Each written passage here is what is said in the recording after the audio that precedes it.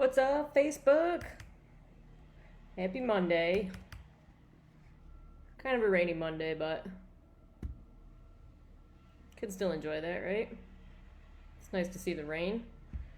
Wait for a few of you guys to join on here. I hope everybody had a nice weekend, or at least a few nice moments in your weekends. So I'd love to do a check-in when some of you guys pop on here a little bit more. But what were a couple fun things that you did on your weekend? Did you get outside at all? Yesterday was an absolutely beautiful day outside. So were you able to spend any time outside at all? Did you do anything fun with your family? So I'd love to hear from some of you guys. Tell me about your weekends. A little brief update. In the meantime, we'll kind of get going here. See a few more of you joining in on here. So for a couple weeks now, we've been doing a book discussion out of the book called Tribe of Mentors. This is by Tim Ferriss. Some of you guys may recognize his name. He's the New York Times best-selling author of The 4-Hour Work Week, which is also a pretty cool book.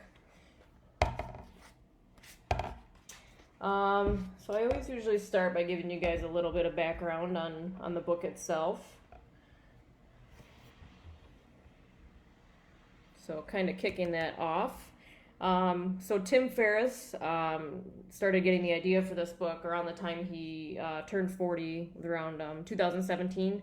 He said it was an unusual year for him. And he had kind of hit a lot of these different little turning points in his life. As often happens at forks in the path. College graduation, quarter-life crisis, midlife crisis, kids leaving home, retirement. Questions started to bubble to the surface. So Tim had kind of hit this turning point in his life, and started coming up with all of these different questions on here. So some of the questions that he was thinking of for himself were my goals my own, or simply what I thought I should want? How much of life had I missed from underplanning or overplanning? How could I be kinder to myself? How could I better say no to the noise to better say yes to the adventures I craved? How could I best reassess my life, my priorities, my view of the world, my place in the world, and my trajectory through the world? So many things, all the things. Hey, Nikki. Hi, Brian Campbell. So for anybody who's just joining right now, I am giving a brief little background on the book, but I also asked you guys to check in with me, tell me how your weekends went. Nikki said she had a good weekend, sat outside yesterday and listened to chill music, and started a new book called Hello Beautiful by Cheryl Pesk. It's about rebuilding self-esteem. That's awesome. Yeah, sometimes it's so nice to just hang outside on a beautiful day and read and listen to music and just sit there and kind of soak up that warm air. So I'm glad you had a good weekend, Nikki. Glad you're back. So anyways, Tim Ferriss had kind of hit this wall in his life, right? And so he just started really questioning everything in his life, his direction, where was he going, where had he been? And he started writing down all these questions and really started getting really anxious by looking at all these questions. So he paused for a minute and he said, I asked myself the one question that helps answer many other questions. What would this look like if it were easy? This could be anything. It's easy to convince yourself that things need to be hard, that if you're not redlining, you're not trying hard enough. This leads us to look for paths of most resistance, often creating unnecessary hardship in the process. I don't know about you guys, but I can relate to that quite a bit. Tim says, but what happens if we frame things in terms of elegance instead of strain? Sometimes we find incredible results with ease instead of stress. Sometimes we solve the problem by completely reframing it. So he had kind of started to get this idea of reframing that, and he said, what if I assembled a tribe of mentors to help me, to answer all these questions and these struggles that he was going through? More specifically, what if I asked 100 plus brilliant people the very questions I wanted to answer for myself, or somehow got them to guide me in the right direction? So that was his kind of idea for this. He wasn't sure if it was going to work. He knew that there was, a lot of people that may not respond back. So he sent an identical set of 11 questions to some of the most successful, wildly varied, and well-known people on the planet, and he asked them to answer your favorite 3 to 5 questions or more if the spirit moves you. So eventually he started getting all these replies back in, and they were a lot more thought out responses than he really expected. So this whole book, right, so he has a set of 11 questions that he posed out to 100 well-known, brilliant people, and there's a whole list of all those people in here. And so what I've been doing with you guys is kind of picking one of those 11 questions, and then picking one of the individuals on this list of well-known people and reading their response and kind of leading the discussion into my response to that question, but then more so what you guys think too. So we've had some really interesting discussions around these questions too. I've actually really been enjoying doing this book with you guys. So give me a second and I'm going to post today's question on there. And I would love to hear some of your guys' answers in the comments. That's my favorite part of this. So please feel free to comment on there. Give me just a second here.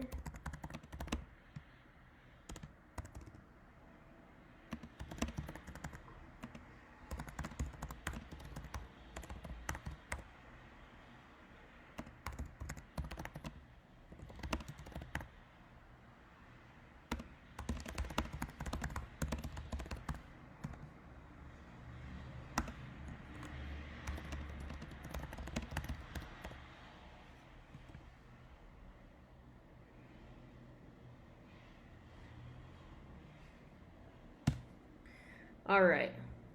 And again, I really encourage you guys to join in on the conversation. Please comment. I love reading what you guys have to say. And as always, I really ask you guys to just be open, be honest. We've had some people that have really been opening up a lot on here and being vulnerable, and it's just been so cool to watch that unfold, and has actually really inspired other people who are in the comments to start connecting with each other through these videos, and it's been very cool to watch. So I ask you guys just to be open. There's no judgment here, and I ask you to just be respectful of each other, and we'll go from there. So today's question, I picked number 2. So what purchase of $100 or less has most positively impacted your life in the last 6 months or in recent memory? Tim says, my readers love specifics like brand and model, where you found it, etc. So if it is a purchase of an actual product itself, where did you find it? Where did you buy it? What's the brand? What's the model? Or it could be something deeper than that. So my response is very different than the individual whose response I picked, and that was done intentionally.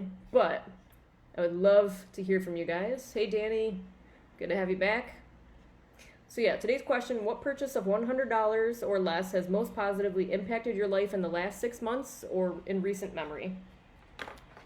So we're going to go to the actual response first. So today's individual I picked was Jerome Jar. Just to give you a quick background, Jerome dropped out of business school at age 19 and moved to China. After failing in 6 startups, he focused all of his energy on cracking social media. And within 12 months, his videos about happiness and challenging fears reached 1.5 billion views, making him a pioneer of the mobile video industry. So that's a little bit of background on Jerome. So his response to this question, what purchase of $100 or less has most positively impacted your life in the last 6 months? He says, I spent $4 to park near a beautiful hike in Oregon. I took a swim and had a $1 trillion moment with the water. And I love that because it was not something obvious that I was thinking when, we ask what is a purchase of $100 or less. Normally you're thinking of a material object of any kind, really, right? Because that's, what we purchase our money on. But, as I was flipping through all these people in here that Tim Ferriss sent these questions out to, a lot of them are these genius people, a lot of people who have started their own businesses, created products. So it's interesting flipping through here, and all the purchases, a lot of the purchases that these people have described were all kind of tech-savvy answers, different products, which was really cool. But then I flipped to this one today, and I was like, I had to stop and think about that. I spent $4 to park near a beautiful lake in Oregon. I took a swim and had a $1 trillion moment with the water. So that kind of gave some ideas too, and maybe that gives some ideas to you guys. And again, it doesn't have to be that's impacted your life in the last 6 months. Obviously, we've all been put into this bubble in the last month and a half or so. So before that, can you ever think about a day where, maybe you went with your family to a park or an amusement park, or you went camping? That's something that you pay money to go do. But how did that impact your life? How did it positively impact your life? Did it make for a great weekend? Did it add like a crazy camping story to your memories? So that was just kind of cool reading that. Again, it wasn't an obvious one. And how cheap, right? I spent $4 to park near a lake, and he ended up with this amazing, beautiful experience. And I love how he describes it. I took a swim and had $1 trillion moment with the water. So that was just a really neat perspective to kind of look at. So again, please comment. I'd love to hear some of your guys' posts on here. So my answer to the question, what purchase of $100 or less has most positively impacted your life in the last 6 months? So this is a little bit more materialistic, but I'm going to share it anyways, because there is deeper meaning behind this, I hope. These bad boys, which are super dirty now, and I'm probably going to mispronounce this, Saucony's, I'm sure someone will correct me. So these are my trail running shoes that I purchased a couple months ago, and, they were roughly around $100. It was actually between that brand and another brand, but these ones were on sale, so of course I picked the sale shoes. I think I got them on sale for $85.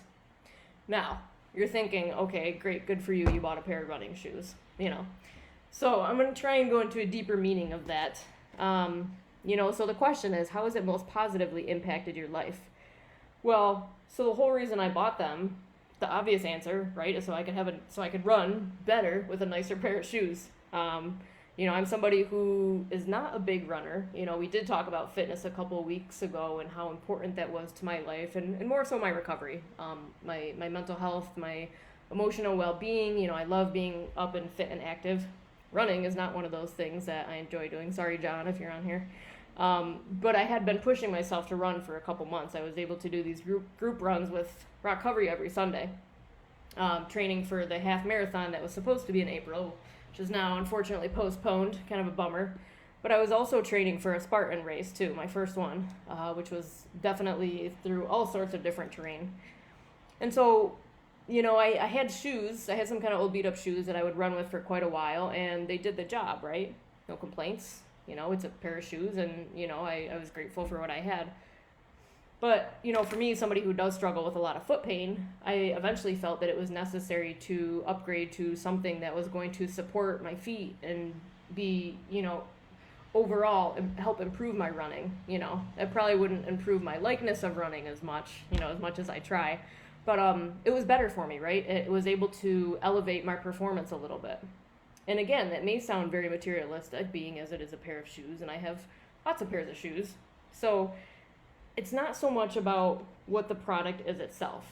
And I was thinking about this, because the purchases I make, are pretty basic. A lot of it's food and groceries, I like to eat, so those are where a lot of my purchases go. And of course, those have a positive impact on my life. They keep me alive, food. So for me, originally, it was kind of silly thinking, I'm like, why am I going to want to share about a pair of shoes? But for whatever reason, it kept kind of coming to mind. And so what I did is I went to Fleet Feet, and they are just so wonderful over there if you ever are actually looking for a pair of shoes. And I don't even know if they're open now, but in normal non-COVID life, if you did need a pair of shoes, that's the place to go, because they spend the time to sit down with you and measure your feet and see what kind of problems, if any, that you have, and they help actually fit a shoe for you that is best for you. And I really appreciated that about them. Normally some of us go buy a pair of shoes and we just kind of try on whatever and see if it fits, and sometimes they just look really cute and really nice, and whether they feel good or not is a whole nother story, But this time I decided to ask for help and, seek a professional to get me the best equipment that I needed, so I could be able to run better, so I could be able to run this Spartan race that I had upcoming. And I realized once I finally got these shoes and started, breaking them in and running on them every week, and then even when I did my Spartan race, I finished that, and I was so grateful that I had this great pair of shoes that were, actually designed for the type of running that I was doing, and that helped elevate my running a little bit. So when I think about it in a more of a metaphorical sense, are there any tools that, you guys use in your daily lives that help you do something better, you know? And again, it's not all about the money. Not everybody has access to even to spend that $100. So maybe that question doesn't apply to all of you, and that's totally okay, But that was just my experience, and the $4 trip to the beautiful lake in Oregon, that was another person's experience. So it's not even necessarily about the money, but it forced me to kind of pause and look around at the tools I have in my life. Now, whether it's something that's a material object, a tangible object, that I can use that helps me do something better, Basic, simple example, if I'm baking a cake and I don't have any spatulas and all I have is a spoon or a fork, it's going to take me a lot longer to mix that cake batter, right? And it's probably going to be a lot more lumpy. But if I had something like a spatula, or to even go one step further, if I had something like, a KitchenAid or some type of electric mixer, that's going to elevate the task that I'm doing. It's going to help me do that task that much better. So we can think about it in terms of very material objects like that. Crystal's on here. Hey, Crystal. Hey, Alicia. Jake's joining. Glad you guys are on here. So we can think about it in the terms of material objects. Sure, there are many objects that are created and built for helping us perform a task, much better. And that was what I appreciated about those shoes. It most certainly helped me with my foot pain, and it was much better on my body, and so I appreciated that. But then I started thinking deeper about that. What if it's more than just the material things that we're able to use on a daily basis that help us to do or accomplish a task better, right? So I'm curious, and I want to continue to pose that question to you guys. What are some of the more metaphorical or emotional tools that you guys use to elevate tasks in your daily life? If I think about it in the sense of connection and reaching out to other people, I think and maybe some of you who are in recovery can relate to that too, but in my experience, there was a long time where I relied solely on myself to just do life every day, and, because at the end of the day, I always have me, right? That was my thinking. But, I didn't have supports really in the sense that I do now. I wasn't relying on other people. I didn't really ask for help. I was just doing everything my own way. And while that kind of served a purpose, it kind of got the job done, right? Like mixing the cake batter with a fork, that kind of gets the job done. Or running with an old worn down pair of shoes. Well, it's not my bare feet, so I can still run, right? They kind of get the job done. Relating that back to my recovery today I have other people. That's a tool, right? I have other people and connections that I rely on that help me get the job done a little bit better and a little bit easier, I just rely on connections of other people to keep me going emotionally, spiritually, mentally, and also in the sense that I'm a human and we all need connection. That's what we're wired for, right? Is connection with each other, which is why everything right now is so difficult for us, being quarantined and all that. But can I be creative and find other ways around that? We're always asking you guys to get creative and figure out ways to still connect with people during this time, So what are some of the tools that you guys use? What are some of those more meaningful tools or more meaningful purchases, so to speak? So I'm going to check in with you guys over here. So Nikki says, my elliptical, $75 on the marketplace. Wow, that's pretty good, actually. This has kept me working out during the winter months when my depression is usually horrible. This is the first winter I can ever remember not being miserable and actually sticking to a workout routine. That is awesome. I love hearing that. And, that was the whole original idea of today's video, right? Is to talk about, back to that original question of what purchase of $100 or less has most positively impacted your life. That's a great purchase, and I think that's a pretty good deal. $75 for an elliptical? Yeah, absolutely.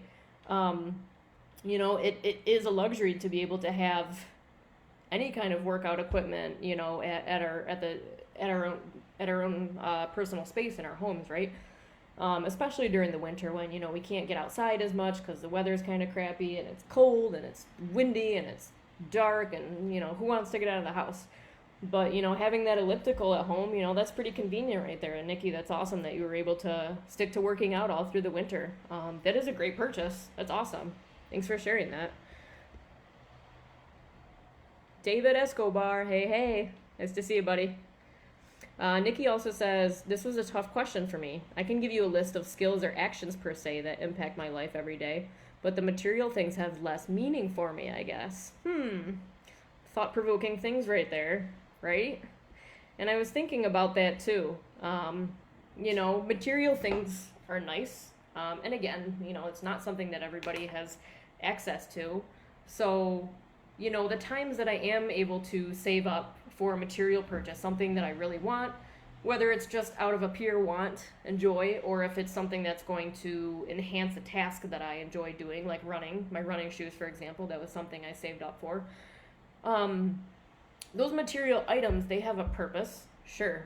And, they can bring, kind of almost like this little instant gratification. They can bring a little bit of happiness, and there's nothing wrong with that. There's nothing wrong with, working hard and saving up for something that we want or something that we need, and oftentimes, the material things we have in our lives, like I think for me, I love being able to decorate my apartment. So buying candles and tapestries is just something I like to do. Is it something I really need to spend my money on?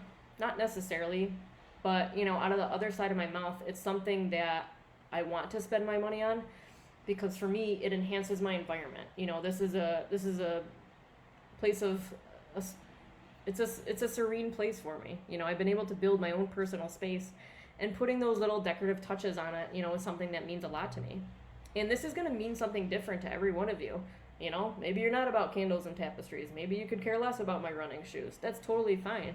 That's why I love hearing you guys, check in through the comments because, it's cool to see what different things mean to different people.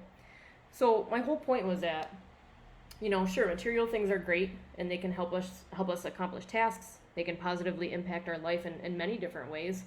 And again, there's nothing wrong with those.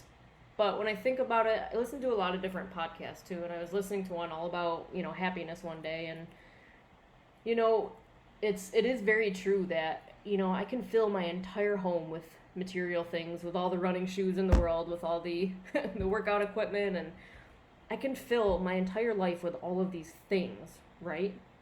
And while that's all well and good some days, I have to stop and ask myself, is that really filling something in here? Right? Where's my happiness really coming from? Those material items, they can be a source of happiness, absolutely. But I can't rely entirely and wholly on those material objects to fulfill my life, to make me happy, to make me a better person, to encourage me, to motivate me. I have to rely on other things. And that's where, maybe a purchase or the money, the $100 thing, maybe that isn't what it really is about. I don't know. This is just me thinking out loud and kind of flying off the top of my head here as I normally do. But for those of you who join me consistently, I hope you appreciate that about me. But yeah, so maybe it's not necessarily about the material things or the money, But as Nikki said, which I love the way that was put, I can give you a list of skills or actions per se that impact my life every day, right? So let's think about that. That's my challenge for you guys today, And again, there's nothing wrong with those material purchases at all. If you can find a bargain under $100 or less, like Nikki did with her elliptical, hey, that is great. More power to you. Absolutely. But can you think of skills or actions that you take every day that also positively impact your life, And if you truly think about those things, write them down. Can you make a list for yourself? All right, this is going to be my challenge for you guys today. Create a little list for yourself. And if you can put 6 items on there, number one being one of those material things. So maybe it is a $100 purchase that you made that positively impacts your life, helps you pass the time, helps you to accomplish a task better, So that can be number one on your list. So what is one of those purchases that has positively impacted your life? And then the rest of the 5, I'm going to ask you guys to create a list of the actions or skills or other tools that you use on a daily basis to also positively impact your life. One of those, like I said, for me is connection. One of those skills that I use is, that I'm trying to be better at using, is pause, right? Before I go flying off the handle and start reacting on my emotions because I'm in a heated situation, can I pause? Can I think about something before I'm about to do it? Can I respond instead of react? That's a tool. That's something that would go on my list, So right under my running shoes would go connection. The tool of pause. I love the tool of halt. Some of you maybe heard that. Hungry, angry, lonely, tired. That tool and that skill really of checking in with myself. That's something that positively impacts my life every day. And that doesn't mean every time I check in with myself I'm feeling positive, but it's the actual skill and the tool of taking the time to slow down and check in. Okay, where am I at right now? What am I feeling? What, can I slow down right now? Can I pause for a second? Those are all tools. Those are all, those are all good things. So that's my challenge for you guys today, is to make a list for yourself. Again, that first one, you can start with a material possession if you so choose to do so.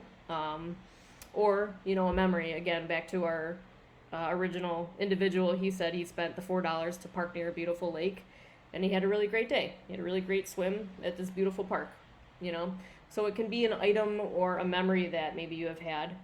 And then the rest, I would challenge you to think about the tools and the skills that you use that positively impact your day. And that's going to look different for all of us, and maybe there's going to be a lot of overlap for us. I don't know. But take that time to do that for yourself today. Give yourself a little self-care, a little check-in with yourself. David says, you can't fill voids with stuff. That is very true. Absolutely true. I've tried to fill voids with stuff. I've tried to fill a void with unhealthy things, unhealthy behaviors, unhealthy people. And maybe there are some of you who can relate to that. And I don't know what you've realized from that, but I have realized that filling that constant void and that hole with all the other things in the world don't really make me happy, right? So good point, David. Jake says, my iPad has been a great tool, especially since this quarantine. I started exploring the apps, and it got me finding all the tools within it that I can use. Podcasts, free books, scheduling tools, and it's got me brainstorming other things I can download on here. And I found a gratitude journal app. Lots more, and it's helped me hold myself accountable as well. Jake, that is awesome. And that's a really good point, too, about the iPad. For so many of us, before quarantine life, and again, not everybody has access to that, but for so many of the majority of society, we are constantly having our iPads, our cell phones, our laptops, any kind of electronics that's something that's in our hand all the time. And how many times can you think back to, let's say your phone, for example, and your phone starts, maybe you dropped it, or maybe your phone starts not functioning as quickly, maybe it's not loading things, maybe it's breaking, it's not doing the things you want it to do instantly. And how frustrated do you get? How many times have you cursed out your electronic and threw it over your shoulder in a really dramatic way? How many times have you gotten mad at that electronic device, right? I know I can think back to many times where I get very frustrated with my phone. But you know what? In a time like this, it's actually really forced me to, I'm going to do that perspective shift thing I love to do again.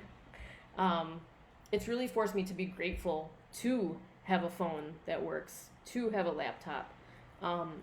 Because as I'm realizing, the more people we're trying to connect and reach out to, not everybody has access to those things. And right now, the virtual world and technology is our lifeline to each other. This is the way that we're connecting.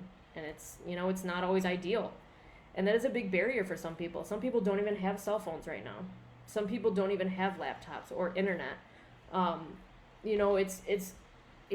can't, force you guys to have realizations for yourself, but for me, my realization has been gratitude.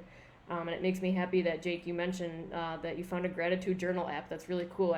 Jake, if you can share what that app is called in the comments, that would be really cool. I'm sure some people would like to check that out. But it's forced me to be grateful for this piece of technology that I get angry at all the time. Because you know what? This is a way that I have to continue to connect with you guys, to be able to be here every day. It's how I'm able to work from home. It's how I'm able to stay connected to friends and family, which again was one of my tools that adds positivity to my day. So, I think it's kind of, I don't know about you guys, but it's kind of forcing us to pause and slow down and be grateful for those things that we normally have in our everyday lives that we don't think too much about. Sometimes we get annoyed with, sometimes we take it for granted. But right now, like, I'm more grateful for my phone and having a laptop and internet than I've ever been.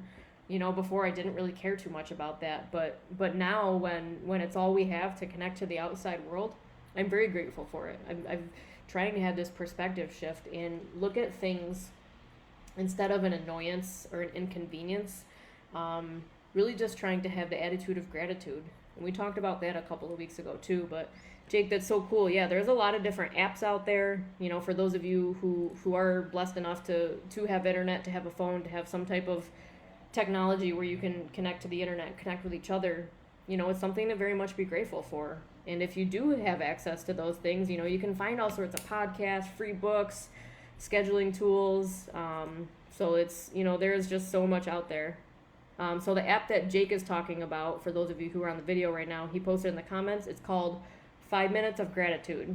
So that is an app that you guys can check out. It sounds like it's a gratitude journal app. Thank you, Jake, for sharing that. That's awesome. So with that being said, I'm going to kind of wrap it up here. I did post in the description that we are still up and at it every day. You guys can go up to the top and see that here. We do have a weekly virtual class schedule. So we have some flyers on our Facebook page that you can share with other people. If you have family members, maybe they don't have access to Facebook, which is totally fine. We have a website, rockcoveryfitness.org, so you guys can check out all of our videos there. You can check out our virtual schedules there. Any of the live videos that all of us at Rockcovery have been doing do get saved, so they are always on the Facebook page for later viewing, as well as our website too. So you guys can always go back and rewatch those videos, share them with a friend, share them with a family member. This is a really challenging time right now, and I know there are a lot of people who are struggling, and if that is the case and you guys want to connect, we are still offering our peer services. So please give us a call. Please don't hesitate. We're here for you guys. We want to stay connected. We want to hear from you. We'd love to hear feedback from you guys too, if how we're doing on these videos, things we could do better, things you want to see more of, things you need. So please just keep in touch with us. And again, we're here.